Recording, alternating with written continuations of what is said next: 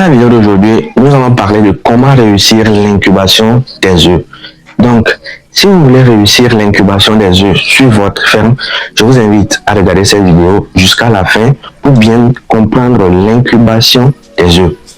Pour ceux qui sont nouveaux sur cette chaîne, je m'appelle Freddy, je suis étudiant en cycle de technicien agricole.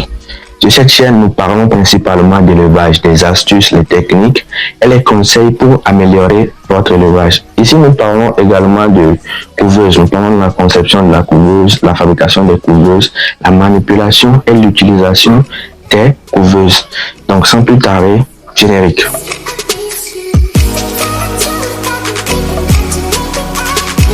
Dans la vidéo d'aujourd'hui, je vais vous montrer comment réussir l'incubation de vos œufs de A à Z.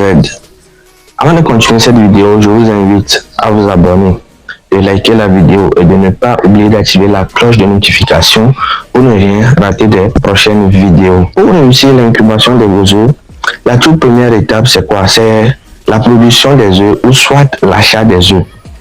Donc, si nous prenons la production des œufs, ça veut dire que vous produisez vos œufs fécondés chez vous à la maison. Donc, dans cette étape, qu'est-ce que vous devez respecter?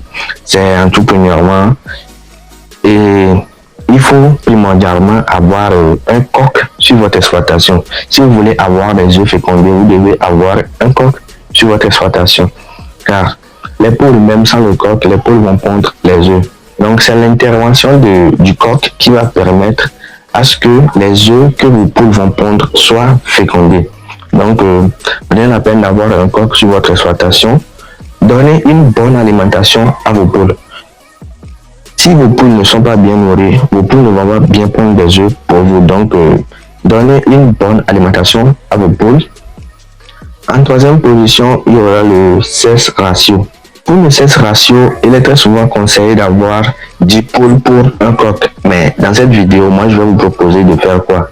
Vous prenez 5 poules pour un coq pour avoir des œufs bien fécondés. Donc, c'est à peu près les facteurs à prendre en compte si vous faites la production de vos œufs chez vous à la maison. Donc, si vous faites l'achat des œufs chez un producteur d'œufs fécondés, il y a aussi quelques facteurs à prendre en compte. La toute première étape, c'est quoi? C'est de vérifier si votre fournisseur d'œufs est viable. C'est de vérifier si votre fournisseur d'œufs est viable. Car il y a beaucoup de producteurs qui sont, excusez-moi de le dire comme ça, mais qui sont malhonnêtes. Il y a eu un ami qui a eu un problème comme ça. L'ami a commandé 5 plateaux d'œufs fécondés chez un producteur et les œufs arrivaient. Après 8 jours d'incubation, l'ami il a fait le mirage dans sa couveuse et il constate que près de 3 tiers des œufs achetés ne sont pas fécondés. 3 tiers des œufs ne sont pas fécondés. Donc c'est après les recherches qu'il a compris que le fournisseur sur lequel il a acheté ses œufs ne faisait pas réellement la production des œufs. Ce qui veut dire que le fournisseur, lui, il était là. Lorsqu'on fait la commande chez lui, il va et puis il achète l'œuf chez une autre personne. Ce qui veut dire que peut-être qu'il est allé acheter 2 plateaux d'œufs fécondés et puis il a ajouté le reste par des œufs de table. Donc il y a des producteurs malhonnêtes. Donc si vous voulez faire l'incubation de vos œufs, prenez la peine d'aller vous-même sur l'exploitation pour voir ce qui se fait, pour voir si est-ce que c'est la race de poulet que je cherche que mon fournisseur fait, est-ce qu'il le fait dans les bonnes conditions, est-ce que ces œufs seront fécondés. Donc il faut vous poser toutes ces questions avant d'acheter vos œufs fécondés. Donc, en deuxième position, nous allons parler du stockage de vos œufs. Que ce soit par l'achat ou la production des œufs, lorsque vous avez les œufs, il faudra bien stocker ces œufs. Donc, pour le stockage des œufs, quelles sont les conditions à prendre en compte? C'est, en toute première condition, il y a l'aération. Évitez de déposer vos œufs dans un endroit où il n'y a pas d'aération, dans un endroit où il y a la chaleur. Parce que, comme je dis, la chaleur, c'est la chaleur qui va déclencher le processus d'incubation. Donc, lorsque vous mettez votre œuf dans un endroit où il y a trop de chaleur, il n'y a pas d'aération, le processus d'incubation va se déclencher. Et lorsque le processus d'incubation va se déclencher et que la température n'est pas régulée, vous aurez des œufs non viables. Ce qui veut dire que lorsque vous allez mettre l'œuf dans la couveuse, vous allez voir qu'il y aura l'embryon, mais l'embryon sera mort. Donc, prenez la peine de bien stocker vos œufs dans un endroit bien. Il n'y a pas trop d'humidité, il n'y a pas trop de chaleur, où il y a bien l'aération. Donc voilà un peu tout pour la deuxième étape. Et en troisième étape, nous avons déjà nos œufs, nous les avons déjà stockés et nous voulons faire l'incubation. Donc, avant de mettre vos œufs dans l'incubateur, il y a une activité à faire. C'est le préchauffage de votre incubateur. Qu'est-ce que c'est que le préchauffage? Le préchauffage, c'est une activité qui va consister à laisser votre couveuse allumée pendant une durée donnée avant de mettre les œufs en incubation. Très souvent, les gens recommandent de faire le préchauffage pendant 6 heures de temps avant de mettre les œufs à l'intérieur. Mais moi, ce que je vais vous conseiller dans cette vidéo, c'est de laisser votre incubateur allumé au moins pendant une journée avant de mettre vos œufs à l'intérieur. Cela va permettre à vos œufs de démarrer le processus d'incubation uniformément, quoi. Ce qui veut dire que vous aurez les éclosions à un intervalle régulier. Vous n'allez pas avoir des poussins aujourd'hui et avoir d'autres poussins 3 jours plus tard, non. C'est pour cela qu'on vous conseille de faire le préchauffage avant de commencer l'incubation. Et donc, dans cette activité de préchauffage, vous laissez votre incubateur allumé.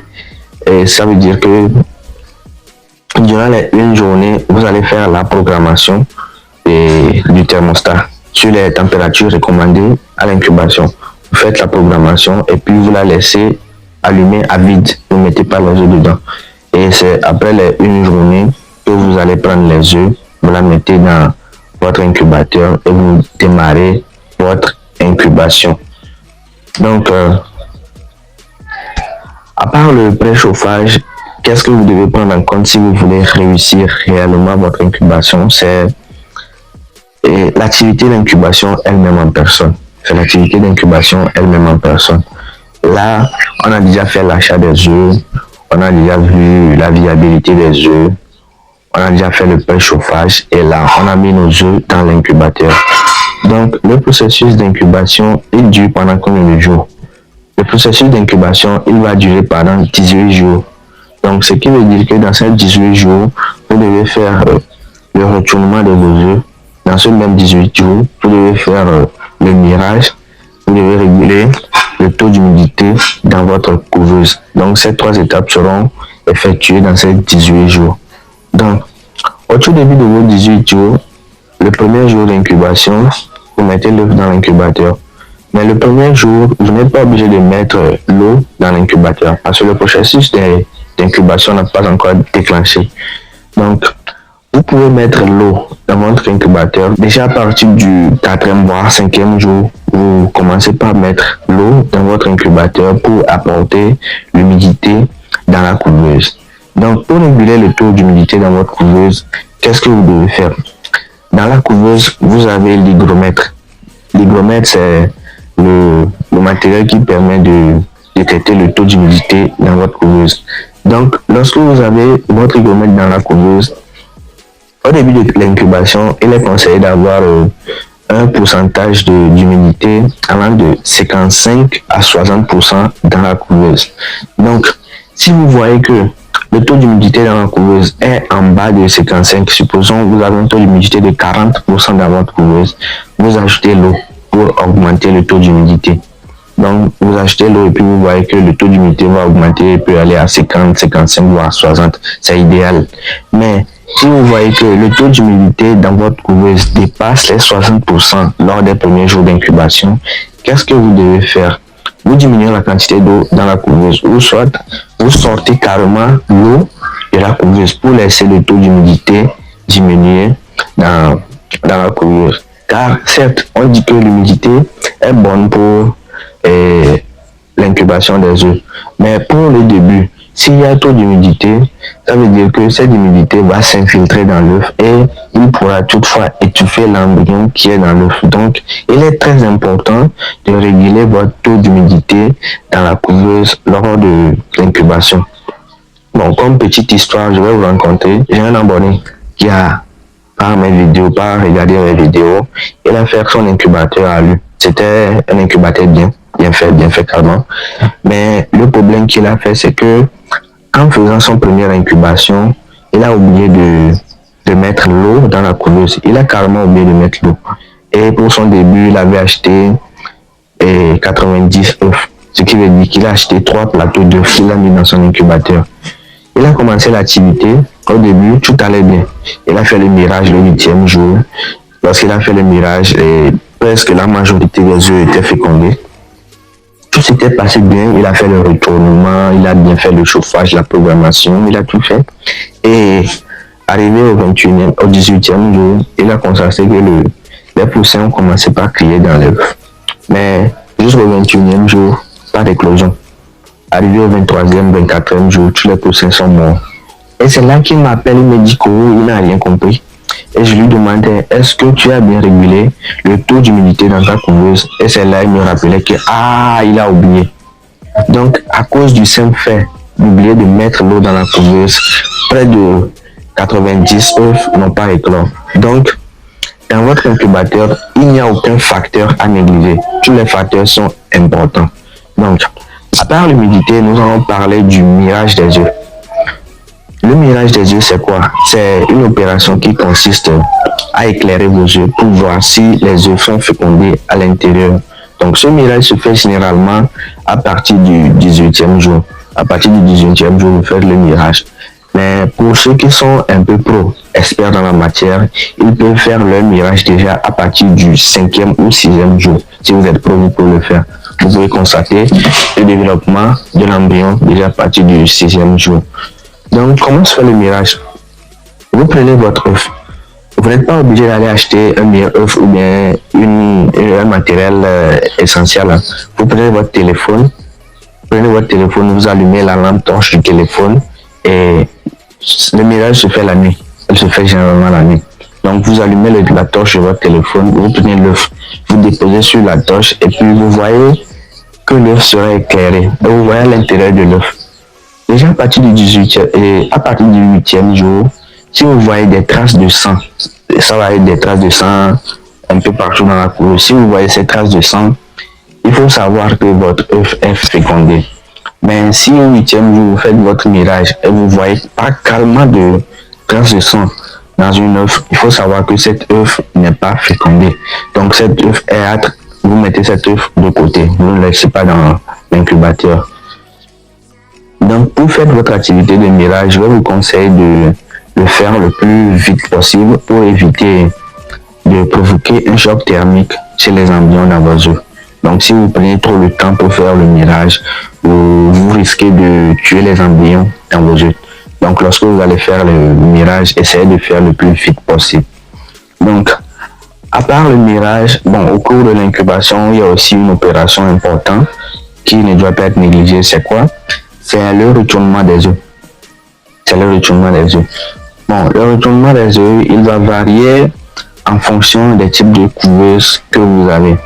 Si vous avez une couveuse manuelle, vous devez faire le retournement de vos œufs au moins 3 fois par jour.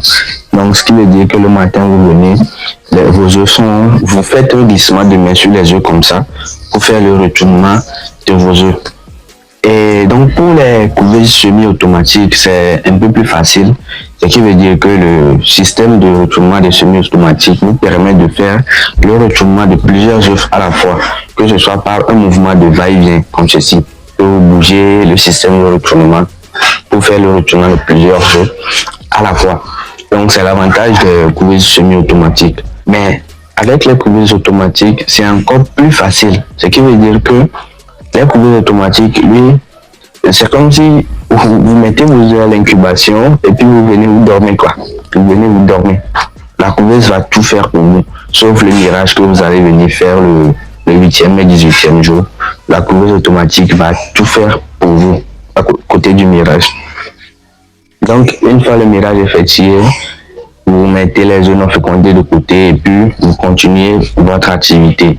Donc, on a fait les activités, on a mis notre œuf dans l'incubateur, on a réglé les taux d'humidité, on a fait le retournement, on a fait le mirage, on a tout fait, on a fait les activités. Donc, arrivé au 18e jour, vous allez constater qu'il y aura des cris de poussins dans votre couveuse.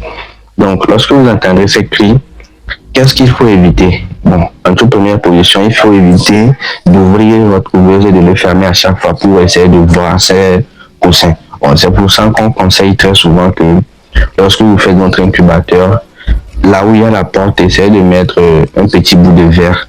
Là, vous pouvez observer l'intérieur de votre couveuse à chaque fois sans l'ouvrir. Donc, c'est quand on met les vitres sur la couveuse, c'est pas seulement pour le côté esthétique, non. Elle permet aussi d'observer l'intérieur de la couveuse sans l'ouvrir à chaque fois. Donc, lorsque vous entendez ces cris, vous laissez ces poussins faire l'éclosion d'eux-mêmes.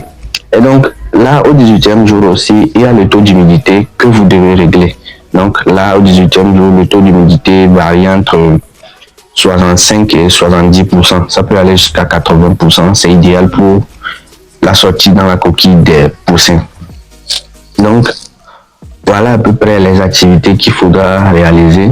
Donc, lorsque les poussins vont sortir des œufs, vous devez les laisser dans l'incubateur pendant au moins une journée pour qu'ils puissent sécher, quoi. Parce que lorsqu'ils vont sortir de l'œuf en même temps, ils auront du sang sur leur corps. Et en plus du sang, ils auront des liquides sur leur corps. Donc, vous les laissez dans l'incubateur pendant une journée pour se sécher. Et là, vous pouvez les sortir pour que ce soit pour les revendre ou pour faire le démarrage et faire évoluer votre activité. Donc, c'est à peu près l'expérience que je voulais vous partager dans la vidéo. Donc, si vous avez aimé la vidéo, n'hésitez pas à laisser le petit pouce bleu, à vous abonner pour ne rien rater de nos prochaines vidéos. Et sans plus tarder, on se dit à la prochaine.